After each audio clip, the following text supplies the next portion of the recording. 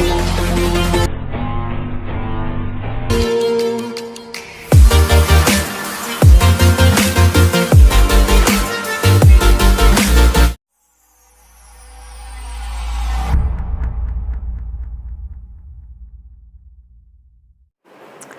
everyone, welcome to my channel Step Up with Accounts, and this is my third video with the chapter Changes in Profit Sharing Ratio. Last video में हमने समझा उसका reconstitution. After that we had got that how to calculate sacrificing ratio and gaining ratio. Here in this video we are going to understand goodwill. As we are having the next step, goodwill, to calculate, how to get the valuation of goodwill. See, first of all we are going to know about what is goodwill. Goodwill is the reputation earned by a firm through the hard work and honesty of its owners. As you already have done in 11th class, +1 class, that goodwill is an intangible asset. कैसे आती है? Goodwill firm की reputation है जो regular काम करने से, hard work करने से कौन अर्न करता है? उसके ओनर्स अर्न करते हैं. It is an intangible assets. We can not touch goodwill, we only can feel with the name of that. Valuable assets, value निकाल सकते हैं हम गुडविल की. Helpful in earning excess profit. जब आपकी गुडविल अच्छी है मार्केट में तो कुछ भी समझाने की ज़रूरत नहीं है किसी को. नाम से ही कस्टमर आता है और आपके प्रोडक्ट्स को परचेज करता है. It is a valuable only when entire. ऐसा नहीं है कि आप हर मंथ में और ईयरली उसको निकालते रहेंगे. नो, जब आप एंटायर बिजनेस को सोल्ड आउट करोगे then you can calculate the goodwill. You can calculate the entire goodwill of the business. आप रेगुलर मोड पे गुडविल नहीं निकालते हैं. गुडविल तो आपकी इंक्रीज करती रहेगी as per your hard work, as per your honesty of your business, and whenever you want to close the business then we need the goodwill valuation, or when you need some changes, when the new partner is going to admit, then you need the goodwill to be estimated in the business. So there are 3 methods by which we are going to go with this 3 methods of valuing goodwill. One is average profit method, second super profit method, and capitalization method. First we'll discuss with average profit method. Average profit method क्या है? Super profit और capitalization when we are first हम यही करेंगे. Super profit method और capitalization method हम next जब आपका एवरेज प्रॉफिट मेथड हो जाएगा तब समझेंगे. फर्स्ट आप ये समझ लो एवरेज प्रॉफिट मेथड क्या है. एवरेज प्रॉफिट होता है कि जो आपके पास्ट के ईयर्स में प्रॉफिट किया है, पास्ट ईयर्स प्रॉफिट को हम निकालते हैं. पास्ट के जो लास्ट ईयर के 4-5 ईयर के प्रॉफिट्स लेंगे उससे हम एस्टिमेट करते हैं, उसके बेसिस पे एस्टिमेट करते हैं future profit. Estimate future profit कि हमने आगे क्या कुछ करें कि हमें फ्यूचर में और प्रॉफिट हो. तो लास्ट के पास्ट ईयर्स के प्रॉफिट्स का हम एवरेज निकालते हैं जिसके बेसिस पे हम फ्यूचर का एस्टिमेशन निकालते हैं. That is called average profit and it is very important. बहुत ईजी है, सिंपल है, इसको ध्यान से समझना. सी इन दीज 3 मेथड्स थोड़ा सा हमें लर्न करना पड़ेगा because These 3 methods having formulas. समझ के करोगे जल्दी लर्न होगा, रट्टे मार के करोगे बिना समझे करोगे तो समझ नहीं आएगा, भूल जाओगे. तो बेटर है हम इसको समझ के करें. पास्ट ईयर्स का प्रॉफिट चेक करना है तो पास्ट ईयर्स का प्रॉफिट ऐसा तो नहीं है सीधा सीधा गिवन होगा. तो कुछ पॉइंट्स हैं वो हम पढ़ते हैं कि इसमें क्या है. इसके बाद हम सुपर प्रॉफिट मेथड पे आते हैं, देन कैपिटलाइजेशन. पहले हम एवरेज प्रॉफिट को कवर करेंगे. Yes, now average profit method.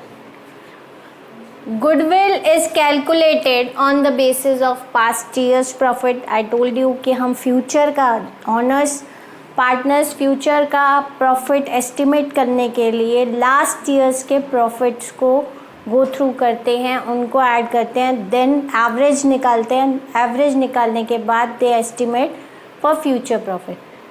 अब एज पर ऐसा तो नहीं सारा प्रॉफिट हम लेंगे, there are some items which we should not include in those profit, क्योंकि जो भी प्रॉफिट लेना है पास्ट ईयर्स का प्रॉफिट वो सारा फर्म्स के नॉर्मल एक्सपेंस, इनकम, लॉसेस ये सब हम रिकॉर्ड करेंगे। बट कुछ आइटम्स ऐसी होती हैं जो आपके बिजनेस के डायरेक्टली रिलेट नहीं करती हैं बट फिर भी हम बिजनेस में डालते हैं, as like abnormal income of a year. Abnormal income is not related to your firm's income. So जो आपकी फर्म से इनकम रिलेट नहीं कर रही है वो आपने अगर डाली हुई है तो सबसे पहले हम नेट प्रॉफिट में से जिस ईयर के नेट प्रॉफिट में एबनॉर्मल इनकम दिया है उसको first of all we have to deduct.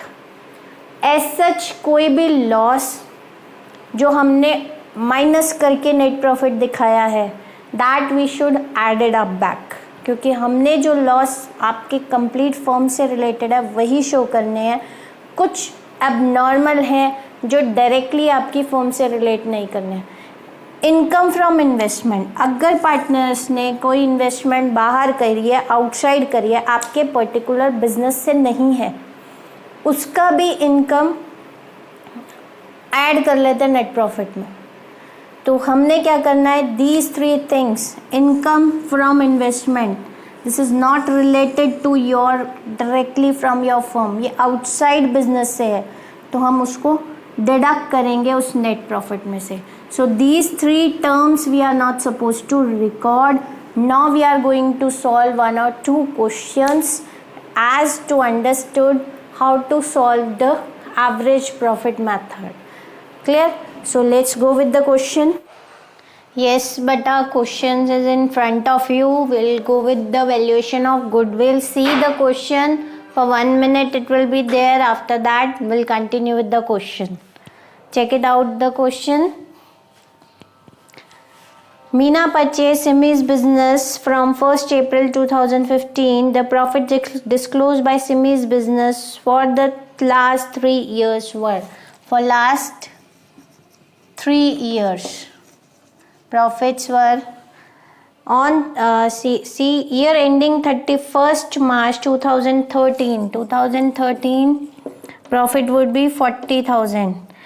Abnormal income including an abnormal gain of 5,000, including 5,000 abnormal gain rupees 5,000 it includes in this, and year ending 2014 it would be net profit would be rupees 50,000, and in this after charging an abnormal loss, जो abnormal loss लगाने के बाद 10,000 abnormal loss rupees 10,000।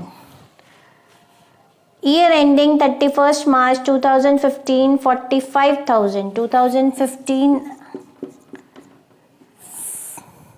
Rupees 45,000, excluding 5,000 as annual insurance premium, rupees 5,000 as annual insurance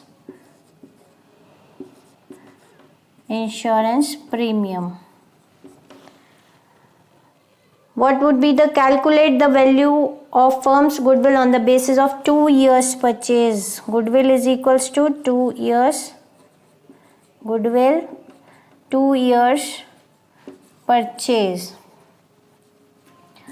Now see how to solve this. See profits for the year. First you will take profit for the year ended 31st March 2013 and it would be 40,000. And including in this abnormal gain is there, so हम उसको minus कर देंगे, abnormal gain को minus करेंगे, that is 5,000, so it will be 35,000. Then profit for the year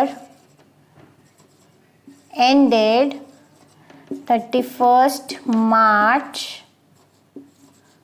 2014 is 50,000, and in this it is including abnormal loss. We already exclude after charging an abnormal loss, exclude कर दिया है, तो what we have to do, we have to add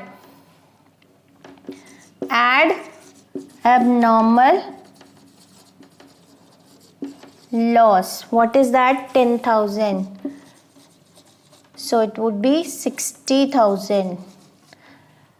After that, profits for the year ended 31st March 2015 is 45,000. Annual insurance premium is future recurring expense. Recurring expense है जो आप बाद में भी पे कर सकते हो. So we'll take here, it would be 1,40,000. First you will calculate average profit. 1,40,000 upon 3. How many years were there? We'll take those years. अगर 5 साल का प्रॉफिट दिया होता तो we'll take 5. They will divide it by 5. But we are having here 3 years profit. So whatever profit, total profit, we'll divide it by 3. You will get 46667. Points में answer आ रहा है तो we'll round it off. 4667. See, annual insurance premium आपका recurring expense है, so you will also have to deduct. So from here you will deduct minus insurance premium 5,000. Then you will get 41667. And now the goodwill is equals to 41667 multiplied by 2. You will get 8 rupees 83334. You will get the goodwill. This sad abnormal gain, abnormal loss जो भी है उसका treatment देखेंगे, क्योंकि सीधे सीधे तो profit आपको मिलने वाले हैं नहीं. तो क्या है यहाँ पे आपको abnormal loss, abnormal gain directly बोल दिया. Sometimes you will not get the actual name. तो कुछ पॉइंट्स ऐसे जो आपके फर्म से रिलेटेड हैं, you have to go through that कि अगर आपके फर्म से रिलेटेड है then we have to record, otherwise we have to deduct. किस में प्लस करना है वो आपको थोड़ा सा लाइन को समझना पड़ेगा. Then you have to go with one more question we are going to solve. Yes, now come with the one more question where question would be on the screen for 1 minute. Just check it out the question, then we'll start with this question. So first see the question. 1 minute तक आपकी screen पे रहेगा. As because it is not possible, then I can write it here. So just see the question.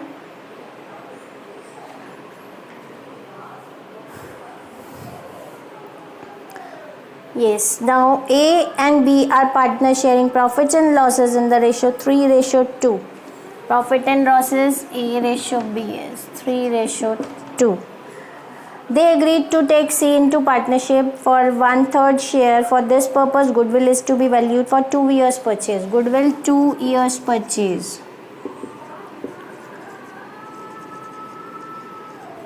This is goodwill.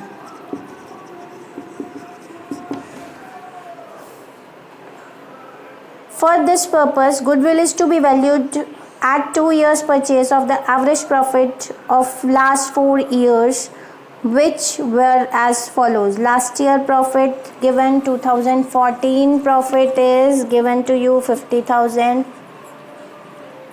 2015 profit they had given you 1,20,000. 2016 profit they had given you 1,80,000, and 2017 they had given you the loss, and there are some adjustment they also had given to you. On 1st April 2016 a motorbike costing 50,000 were purchased and debited.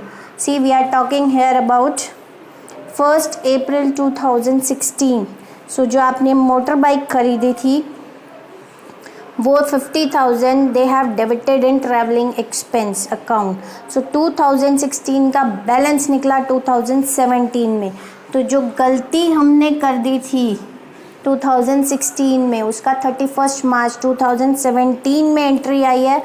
तो as per कि यहाँ क्या किया था, 50,000 purchase किया था motor bike, but डाल दिया कहाँ, ट्रैवलिंग एक्सपेंस में, जो हमारे को लॉस ज़्यादा शो कर रहा है. तो this is loss. 70,000 they had given you loss. अगर लॉस है तो अब आपने क्या करना है, देखो 50,000 उन्होंने गलत डेबिट कर दिया था. सो व्हाट विल डू, 2017 की एडजस्टमेंट है, लॉस विल बी 70,000 माइनस 50,000, क्योंकि कम हो जाएगा. गलती से वो माइनस कर दिया था, बट होना चाहिए था वो प्रॉफिट में, एसेट में जाना था, जबकि वो एक्सपेंस में चला गया था. तो हम माइनस कर चुके थे. लॉस है तो लॉस में हम माइनस शो करेंगे, अगर प्रॉफिट होता तो हम उसको प्लस कर लेते. So this will, you will get 20,000. अब इस पे क्या था, देखो जब मोटर बाइक को एक्सपेंस मान लिया तो मोटर बाइक का डेप्रिसिएशन गिवन है 20%, जो नहीं लगाया, जो लॉस था. ठीक है, अगर ये प्रॉफिट होता तो हम इसको प्लस करते, बट ये प्रॉफिट नहीं है, लॉस है. That is why we have reduced, क्योंकि हमारा प्रॉफिट है, दिस इज़ द प्रॉफिट, जो हमने गलती से लॉस में डाल दिया था, तो लॉस कम हो जाएगा हमारा. फाइन. और जो लॉस था, जो एक्सपेंस था, डेप्रिसिएशन, वो डाला नहीं, तो हमारा लॉस इंक्रीज हो गया. 50,000 का 20% वुड बी 10,000, तो इट वुड बी 30,000. तो जो आपकी का प्रॉफिट, जो लॉस है, एक्चुअल लॉस ऑफ 2017, वो 30,000 है. Instead of 70,000 we have to take 30,000. Now will do the solution. Average profit,